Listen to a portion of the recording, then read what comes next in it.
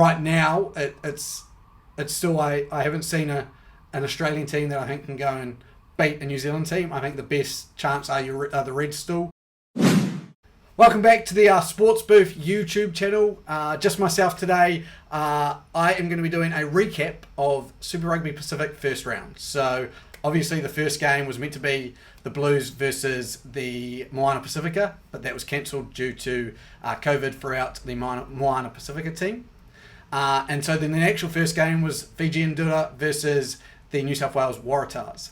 Luckily for myself, I'm based in Sydney and was able to go to that and got to see these two teams live, which was fantastic for just kind of seeing the two teams, seeing rugby back in the Southern Hemisphere, and seeing the level these two teams were at. So we'll start with this game, start with the Waratahs. I think their pack is dangerous. I think their pack was very good. Their starting pack, we'll start with that. I think Lockie Swinton was very good.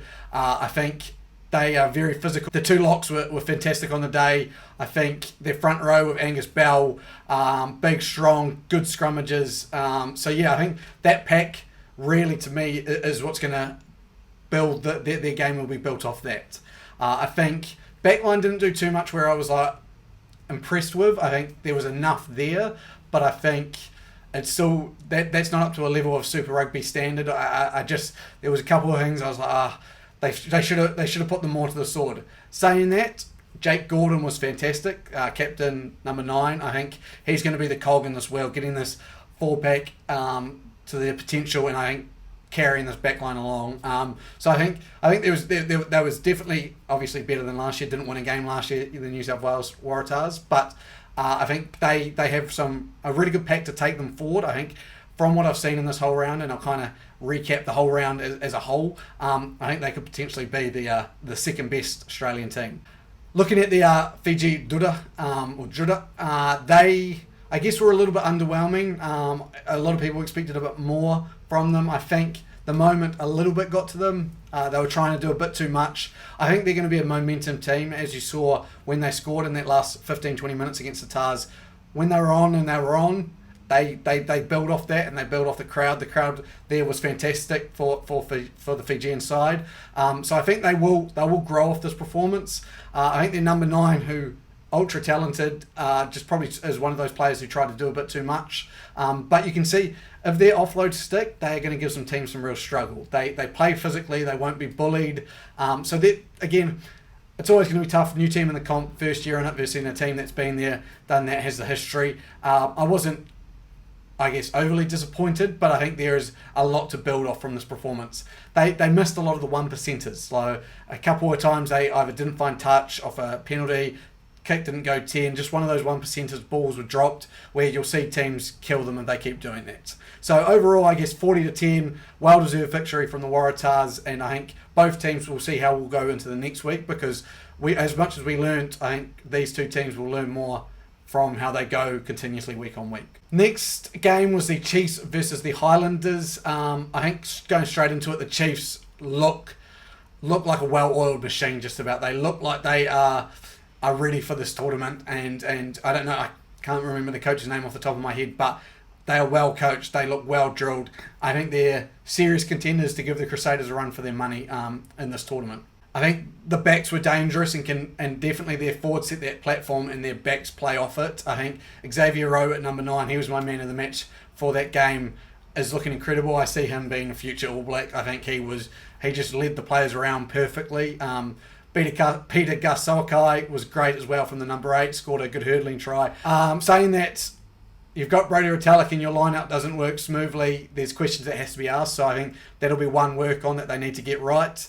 Scrum looked very good, held strong, gives them a great platform. A couple of passes just kind of went behind players, so a little bit there that they can work on. But for the Chiefs, I think was a fantastic first game, and probably should have won that game by a bit more, so they'll look into kind of how to get that right.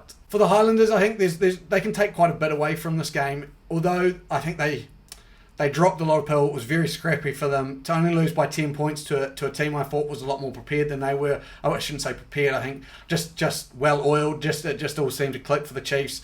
I think the Highlanders will take a lot from this game. Their tempo is what's going to dictate their games, and I think I'll talk about this when we talk about the Hurricanes as well. they play fast, and when they play fast, they look good. Playing fast will a lot of the time lead to a drop ball or a miss. So they need to be 100% with execution, hitting those players, hitting people in strides, catch and pass, everything like that needs to be perfect, and then they play up tempo and they'll score off that.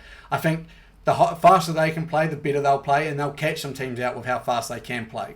I think, this game you just see too many mistakes, and they couldn't sustain enough pressure to turn when they did have poor bit pill and they did look attacking to turn that into points. They just couldn't. So I think that'll be a big work on for them, but it's good to take that away.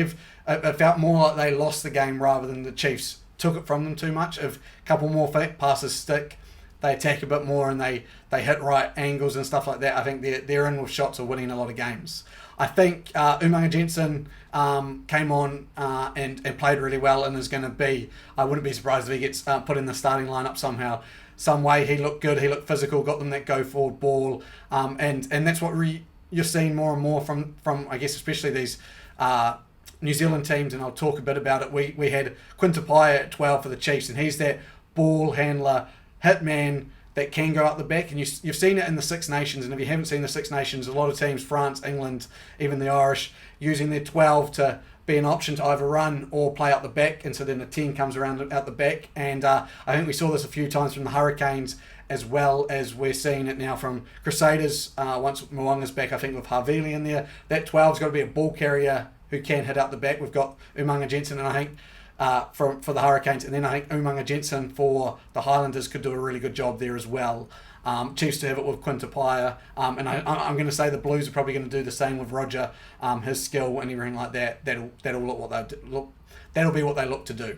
A big thing I did take away from this game was the number 10s probably need to work on their play a little bit more. I think both Mitch Hunt and Josh Ioane were slightly below their standards, and I get that's still a fantastic standard, don't get me wrong. What they're doing is extremely hard, but I think you could probably look at both their performance and go, oh, they could have been better. And I think especially Josh Ioane, it's pretty harsh on, because I think he marched that team around really well. I just think I can see him just taking another step, and I think he'll improve greatly with just more and more games with the Chiefs. I think with Mitch Hunt, I think he needs to be better. That was his game was probably a drop below what he should expect and he should be.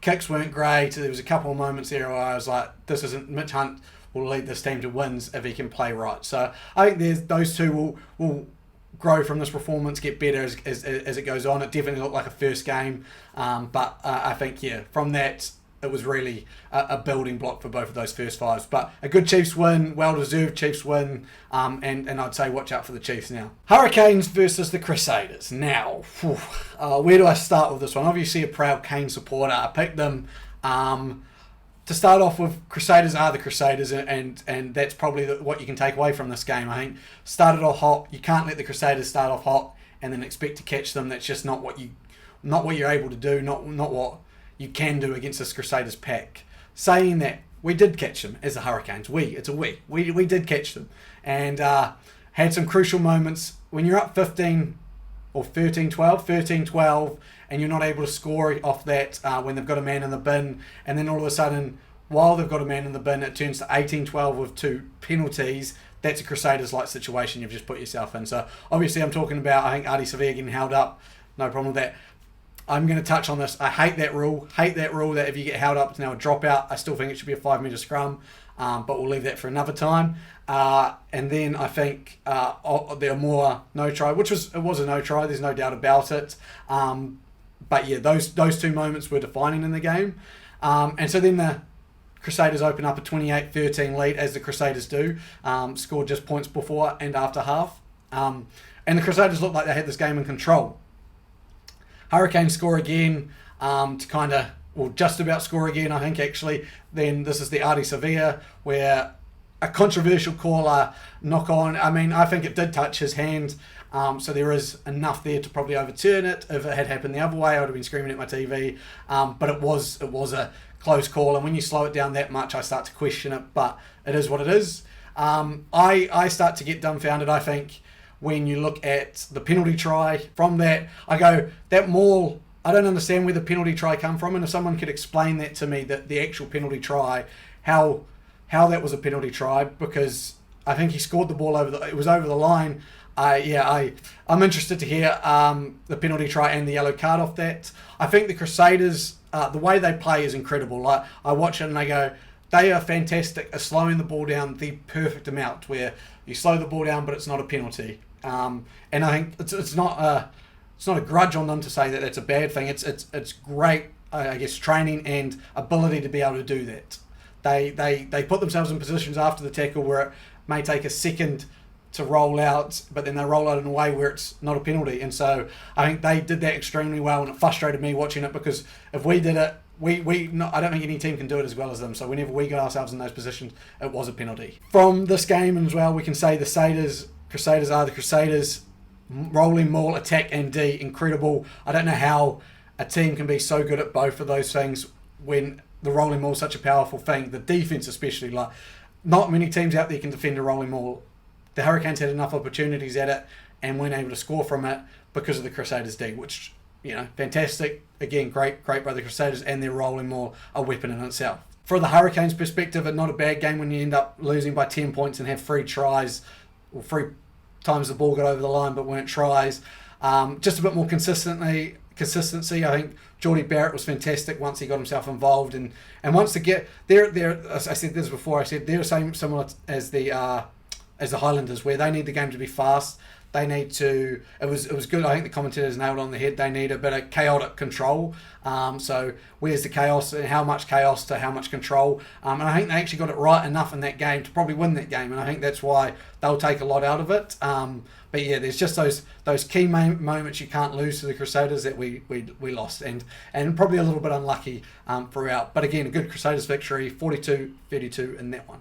The Reds versus the Rebels, played in pretty terrible conditions, and the game kind of resulted in that being a terrible conditions game. Was a tough game for both teams. 23-5 in the end to the Reds. I think you can tell the growing of the Reds from this game. I think Harry Wilson was fantastic. Jock Campbell at the back as well for the Reds. Those 2 players really stood out. But I think you could see they weren't really happy with that performance, which is exactly what the Reds need to be doing. They know that they've got work to do still, because that wasn't a New Zealand beating performance. That's where you've got to be holding yourselves up against if you want to be competitive in the Super Rugby Pacific. Is now this isn't a Rugby Australia tournament, this is a Super Rugby Pacific, and can we beat those New Zealand teams? So I think they were just below that level. I think they're still the potential's there, and I saw it a lot in that game. Good teams win those games, and good teams win those games 23-5, just about by 20 points. So I saw that and I was like, that was a good win for the Reds. For the Rebels, still more questions. I mean, there's been a lot of talk that they're improving, but I still haven't seen enough with their attack to say, yeah, they're gonna beat teams. I think that they give it all, and it's a hardy effort. I think they're going to be found out a couple more times, I think, and it'll be interesting to see how they go in good conditions. I really will see. I think we'll get the full aspect of that team and how good they are. But yeah, a well-deserved 23-5 victory. Just a quick kind of recap on that Rebels game, because it was in such tough conditions. I don't think you can take too much away from that game. I think you go Reds with a better team. I want to see them in at least some moderate conditions where we can see some game plan happening. But yeah, good win for the Reds, physical game, and we'll move on to the next one. Force versus the Brumbies. I mean, what a finish to the first round of Super Rugby Pacific. I thought that the Force were the better team. I do believe the Force were the better team. But as we said, good teams find ways to win. And the Brumbies are a good enough team to find a way to win this one. But I wasn't impressed at all by the Brumbies' performance. There wasn't a lot that I liked. I think the Force, there was a lot more I liked about the Force. What I did like about the Brumbies was their defence. I think they only let in 2 tries at the end, and it took a Matalele kind of break to set up the first one, and the reserve first 5 for the Force, good kind of set up for the second one. So I think Brumbies defence, they were asked to make double the tackles of the Force and made it at the same percent rate that the Force made it. So I think that's something they'll take away. You go, okay, we can make tackles and make lots of them in 35-degree hot day out in Canberra. So I think they'll take that and they'll go, yep, we can take that. We defence D'd up well, and that we got the complements of points and we won their game. But I think elsewhere they'll be disappointed. Noah Lolesio wasn't impressive in the slightest in that first game. He had a couple of good jinks, but too many mistakes, too many things that we're still seeing from him that he was doing last year, which is why wasn't selected for the Wallabies. I think it's not to say he won't improve over the season. Just in this game, it wasn't a game where I was like, okay, he's my Australian first five. I still think James O'Connor looked better in the 10, and Quade Cooper's probably still looking better over in Japan. So I mean, again, he needs to improve every game. It was the first game of the season. It's not like he can't improve, but I'm expecting more from him. And then I guess off that, the Force line-out is incredible. They disrupted the Brumbies ball all the time at line-out, so that's a good point for the Force, good, and that's why they got Isaac Rodda. Then I think from that, the Brumbies obviously need to now work on their line-outs. But yeah, I think a good tight game. It showed a lot, the Force score with 4 minutes left. Brumbies kind of look like they're out of it, and they come up with something. I think Tom Banks can still shows that he's got class to put the Brumbies and get them over the line. Can he do this against the New Zealand teams? Will always be my question with Tom Banks. And then Tom Wright, similar with him, good on the wing, very good on the wing. I was really impressed with Rory Scott, their number 7. I think he's only 18, 19, maybe even 20. Young number 7, and he was into everything. So I think, a lot of good building blocks for both teams off this. I think the Force will be bitterly disappointed that they lost. They should have won this game with the amount of possession, territory, just the way they were playing, but just couldn't get over the mark. So, I mean, questions have to be asked with the Force. How do they get these wins? Where are they going? Are they just going to be participants in this tournament? They won't want to be that. So, how they improve on that. And then I guess for the Brumbies is where are they going to improve? How are they going to take that step? Because they're meant to be considered one of the top 2 teams up there with the Reds, and I didn't see a top 2 team performance.